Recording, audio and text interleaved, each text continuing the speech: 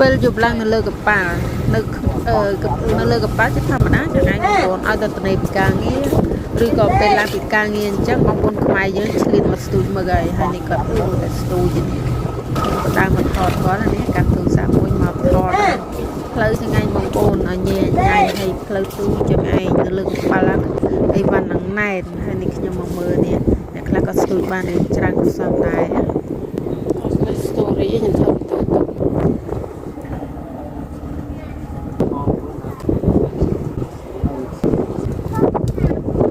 មឹកនេះស្នូកវានៅលើដូចដើកចឹងឯងបងប្អូនស្នូកវាក៏ប៉ែតស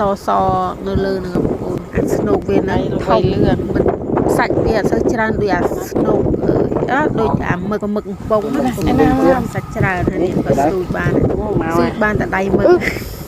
ដាច់ខ្លួនទៅបាត់វាពងមាត់វានោះឯណាមឹកឃើញទៅពងដើរមកខាងในផងពូម្នាក់នេះក៏គាត់ប៉ិនស្ទូចដែរនិយាយពីស្ទូចហើយឡែតតែមីទេប៉ុន្តែស្ទូចមឹកសាហាវដែរណាស្ទូចមឹកបើតនេពីការងារផងស្ទូចអ្នកខ្លះអត់បានដេកបានពូណាបងប្អូនគាត់ស្ទូចអញ្ចឹងមិនបានមឹកបើកប៉ាខ្លះបើនិយាយផាស៊ីដាក់លើកបងប្អូនគេថាមឹកអស់ទៅហើយកប៉ាខ្លះស្ទូចម្នាក់ស្ទូចបាន2 10 គីឡូក៏មានដែរ